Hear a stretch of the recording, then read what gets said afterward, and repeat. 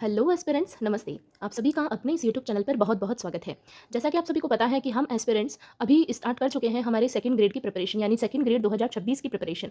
तो जैसा कि आप सभी को पता है कि जब हम कोई भी एग्ज़ाम की तैयारी करते हैं तो हमें बुक्स पढ़ना बहुत ज़रूरी हो जाता है, चाहे वो बुक्स कहो आप या नोट्स कहो या कुछ भी कहिए। तो सबसे ज़्यादा जो ज़रूरी है, देखिए जो कोचिंग जाते हैं उनको गाइडेंस अच्छी मिल जाती है, उनको गाइड करने वाले टीचर्स मिल जाते हैं। बट अगर मैं बात करूँ ऐसे एस्पिरेंट्स जो कि सिर्फ सेल्फ स्टडी करते हैं, मेरी तरह जो सिर्फ अपनी स्टडी खुद करते हैं सेल्फ यानी बुक का यूज़ करके, यूट्यूब का यूज़ करके, ऐसे स्टूडेंट्स को बहुत सारी दिक्कत आती है कि इतनी बड़ी-बड़ी बुक्स होती है, ठीक है? इस तरीके की बुक्स होती है मोटी-मोटी। अब उन्हें ये नहीं पता होता है कि इन मोटी-मोटी बुक्स को पढ़ा कैसे जाए? इसे इतनी मोटी-मोटी बुक्स को क्या तरीका ऐसा अपनाया जाए जो इसे कंप्लीटली अच्छे से पढ़ लिया जाए, ठीक है? तो ये जो परेशानी है बहुत सारे एस्पिरेंट्स को देखनी पड़ती है, इससे सभी गुज़रते हैं और हम समझ नहीं पाते हैं कि हमें किस तरीके से बुक को पढ़ना चाहिए। हम बुक्स इकट्ठा कर लेते हैं, खरीद लेते हैं, बट हमें उसका पढ़ने का सही तरीका हमें आता नहीं है। तो आज हम इस वीडियो में उसी तरीके के बारे में बात करने वाले हैं कि अगर हमें कोई बुक पढ़नी है, कोई अच्छी-सी ऑथेंटिक बुक्स पढ़नी है, तो हमारा क्या तरीका रहना चाहिए।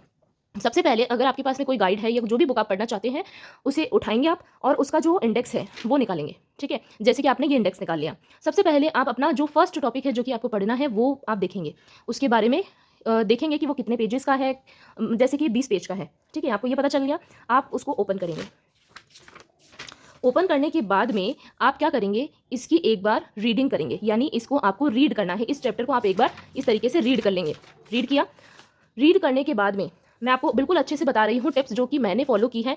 देखिए कोई भी बुक रीड करने के 3 स्टेप्स होते हैं, 3 से 4 स्टेप्स होते हैं। सबसे पहले आप करेंगे रीडिंग, रीडिंग करेंगे उस बुक की, फिर आप करेंगे स्टडी। क्या करेंगे? स्टडी उसकी करेंगे, बिल्कुल अच्छे से आप उसकी स्टडी करेंगे।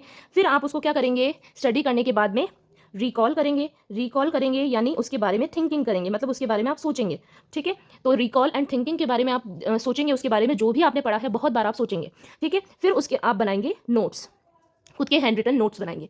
तो ये जो पॉइंट्स है ये आपको बुक पढ़ते हुए बहुत अच्छे से ध्यान रखने हैं। देखिए रीडिंग आपको करनी है एक बार आपने बहुत अच्छे से इसकी रीडिंग कर ली, जो भी टॉपिक है उसकी आपने रीडिंग की, बहुत अच्छे से आपने रीडिंग की। स्टडी आपको करनी है 2 से 3 बार, मतलब बहुत अच्छे से होनी चाहिए स्टडी। रीडिंग कर ली, स्टडी आप करेंगे, पेन या पेंसिल लेंगे और इस तरीके से आप जो भी आपको इंपॉर्टेंट लगेगा वो आप अंडरलाइन करते हुए पढ़ेंगे। अंडरलाइन करते हुए पढ़ेंगे तो आपको ये पता चलेगा कि आपके लिए क्या इंपॉर्टेंट है, क्या आपको मोस्ट इंपॉर्टेंट लग रहा है, कहाँ से आपको क्वेश्चन बनने के चांसेस लग रहे हैं। तो इस तरीके से आप अपने हाथ में पेन लेकर के उसको अंडरलाइन करते करते पढ़ेंगे, ठीक है? इस तरीके से आपको इस तरीके से पढ़ना है, 2 से 3 बार पढ़ना है। एक टॉपिक की मैं बात कर रही हूँ, ठीक है? आपको 2 से 3 बार पढ़ना है। फिर आप उस बुक को बंद किया और अपनी आंखें बंद करके आपने जो भी उस टॉपिक से रिलेटेड पढ़ा है, जैसे कि इस पेज का ले लीजिए आप, कि इस पेज पे आपने जो भी पढ़ा है आप उसको रिकॉल करेंगे, उसको थिंकिंग करेंगे, उसको सोचेंगे कि इस पेज पे मैंने ये पढ़ा है, ठीक है? यानी जैसे ये टॉपिक ले लिया कि राजस्थान के संभाग व जिले, आपने इसको पढ़ा। इस पैराग्राफ को पढ़ने के बाद आप आंखें बंद करके उसको पूरा सोचेंगे, उसको पूरा रिकॉल करेंगे, है ना? तो जो जो चीज़ें आपको याद आएगी आप उसको 2 से 3 बार रिपीट करके बोलेंगे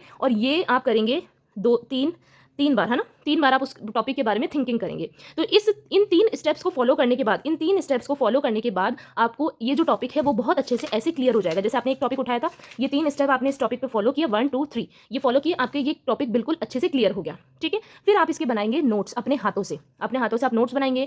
बिल्कुल आपको किताबी लैंग्वेज यूज़ नहीं करनी है, आपको किताब रखनी भी है सामने, बट आपको वही लिखना है जो आपकी भाषा में आप लिख सकते हैं। नोट्स बिल्कुल अपने अकॉर्डिंग, आपको छोटा-छोटा अपने अकॉर्डिंग बनाना है, ठीक है? तो ये अगर आप 4 स्टेप फॉलो करते हैं तो आप किसी भी बुक को टॉपिक वाइज आपको पढ़ना है। जैसे ये एक टॉपिक 1 पे आपने ये वाला फॉलो किया, ठीक है? तो सेम आप टॉपिक 2 के लिए भी करेंगे, टॉपिक 2 के लिए भी सेम करेंगे। तो इस अगर आप पैटर्न को फॉलो करते हो तो 3 से 4 महीने में आप मोटी से मोटी बुक अच्छे से ऑथेंटिक चीज़ें पढ़ पाएंगे। और आप अगर इन स्टेप्स को फॉलो करते हो तो आप देखिए, एक बार, 2 से 3 बार, 4 बार और 7 बार, तो 7 बार तो आपने एक बुक को यहीं पढ़ लिया ना, एक टॉपिक को 7 बार आपने यहीं पढ़ लिया। तो अब जब आप रिवीजन करेंगे तो आपकी एक बुक को आप 10 बार पढ़ पाएंगे, यानी 7 3 बार और आराम से रिवीजन कर पाओगे। तो आपने एक बुक को कितनी बार पढ़ लिया? 10 बार पढ़ लिया। तो अगर आप एक बुक को 10 बार पढ़ लेते हैं तो आपको सिलेक्शन से कोई नहीं रोक सकता, ठीक है? सिलेक्शन से आपको कोई नहीं रोक सकता। और अगर मैं ये बता रही हूँ, अगर फ्रेशर्स ने ये चीज़ फॉलो कर ली, अगर फ्रेशर्स ने बहुत अच्छे से ये चीज़ फॉलो कर ली तो वो 6 महीने के अंदर या 10 महीने के अंदर बहुत अच्छा अपना सिलेबस कवर कर सकते हैं। और जो मीडियम स्टूडेंट्स हैं, यानी देखिए 3 टाइप के स्टूडेंट होते हैं, एक तो फ्रेशर होते हैं, एक होते हैं मीडियम और एक होते हैं बहुत ज़्यादा एक्सपर्ट, या आप मान लीजिए इंटेलिजेंट, आप मान लीजिए बहुत ज़्यादा इंटेलिजेंट वाले, ठीक है? यानी जो अभी बिल्कुल न्यू है, एक तो वो वाले, एक हैं जिन्होंने एक बुक को 2 बार या 3 बार पढ़ा है पहले जब उन्होंने एग्ज़ाम दिया है, और एक ये है कि जिनको बहुत अच्छे से बुक्स और कंटेंट याद है, बस उन्हें कुछ चीज़ें, नई चीज़ें, ऑथेंटिक चीज़ें पढ़नी है बस, ठीक है? तो ऐसे 3 तरीके के स्टूडेंट्स होते हैं, एस्पिरेंट्स होते हैं। तो जो फ्रेशर्स हैं वो इस पैटर्न को फॉलो करें, मीडियम वाले भी इस पैटर्न को फॉलो करें, तो उनकी क्या हो जाएगी, स्ट्रांग हो जाएगी, चीज़ें बहुत अच्छी हो जाएगी। और जो इंटेलिजेंट वाले हैं वो तो आपको पता ही है कि एक बार में पढ़ के नई चीज़ें पढ़ लेंगे तो उनका सिलेक्शन और अच्छे से हो सकता है, क्योंकि उनको तो पहले से ये चीज़ें याद है, ठीक है? और ये चीज़ें उनके लिए हैं, देखिए ये चीज़ें मैं उनके लिए बता रही हूँ जो बिल्कुल फ्रेशर्स हैं, या फिर वो 1-2 बार एग्ज़ाम दे चुके हैं और उन्हें 1-2 बार किताबें उन्होंने पढ़ ली है, वापस से उनको स्टार्ट करना है।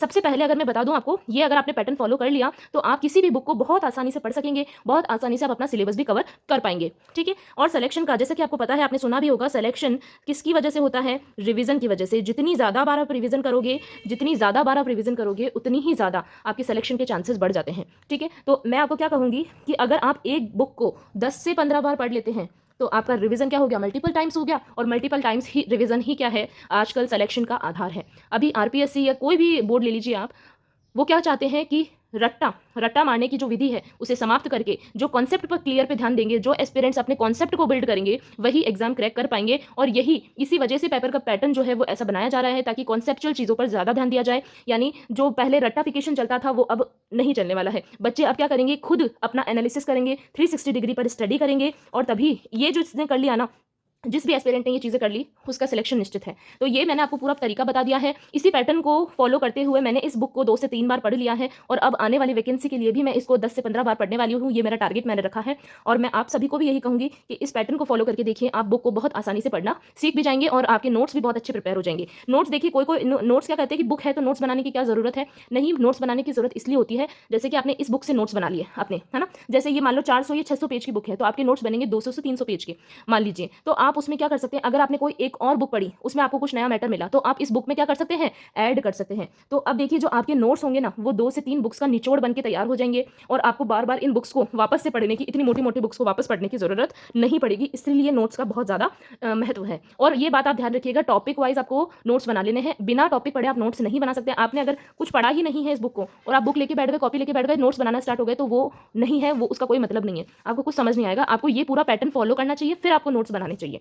इससे आपको क्या होगा, पता रहेगा कि आप क्या बना रहे हो, और इससे आपका ये, जब आप नोट्स बनाओगे तो 2 से 3 बार रिवीजन हो जाएगा। तो इस पैटर्न को आप फॉलो कीजिए। और अगर ये आज की वीडियो आपको पसंद आई हो तो चैनल को सब्सक्राइब करना और वीडियो को लाइक और शेयर करना मत भूलिएगा।